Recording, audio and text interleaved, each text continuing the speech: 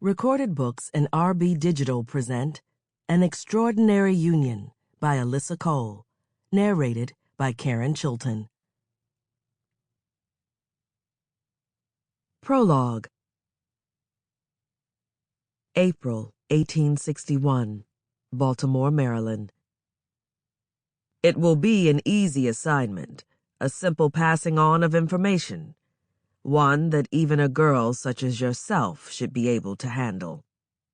Elle suppressed a bitter laugh as she recalled her loyal League master Laval's briefing from a few days before. Easy.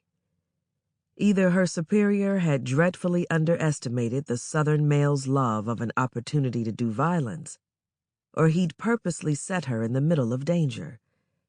She doubted it was the latter, but the man was unduly annoyed at her for having the gall to aid her country without virtue of a certain appendage hanging between her thighs. As if a penis would somehow prove more useful to the cause than her peculiar gift. From what Elle had discerned over the last few months, whatever supposed benefits the organ conferred were canceled out by mulishness and a propensity for tomfoolery. The scene around her proved that well enough. Her skin prickled with unease as she watched men stream into Baltimore's Bolton Street station, egging each other on as they awaited the train, carrying those first brave souls to answer Lincoln's call for volunteers after the abomination at Fort Sumter.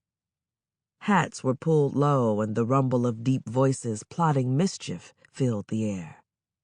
The crowd continued to grow, filling with plug uglies and longshoremen and aristocrats alike, until the air was thick with the smell of tobacco and unwashed bodies.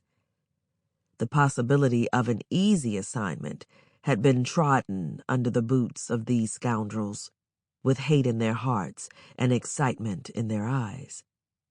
Elle pressed her back to the wall and hoped the dingy gray frock and head wrap common to slave women would help her blend into the shadows.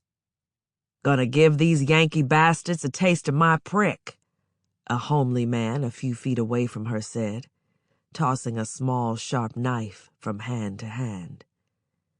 Something akin to fear shivered down Elle's spine, but true fear was rooted in the unknown. The secessionists of Baltimore had already ripped up the railroad tracks and torn down the telephone lines, cutting off the city from the capital and showing that they meant every threat they uttered. They were plotting death and discord. Elle knew exactly what would happen if any of them suspected the black woman in the corner was in possession of ciphers that, once decoded, would bring many of their ilk before the justice of the Army of the Potomac. Baltimore had a secessionist problem, and Elle was there to solve it, if she wasn't found out first. Her stomach lurched as a man brushed past her, and she chastised herself. She'd survived weeks on the stormy seas during her ill-conceived voyage to and from Liberia the year before. She should be able to gird her loins a damned sight better than that. Hell, she'd lost Daniel and survived that too. She felt a wash of heat at her eyes and pushed away thoughts of her best friend and the rejection in his spun honey gaze the last time she'd seen him.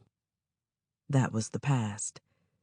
She'd experienced a sight more danger than seasickness and men's broken hearts in the last few months. She was a loyal League woman now. Her gift had gained her entrance into the society of blacks, freed and enslaved alike, with networks across the country funneling as much information to the North as they could gather. It was her quick wit and quick draw that had ensured her place as a detective, working to prevent utter chaos across the country as it slipped further into disunion.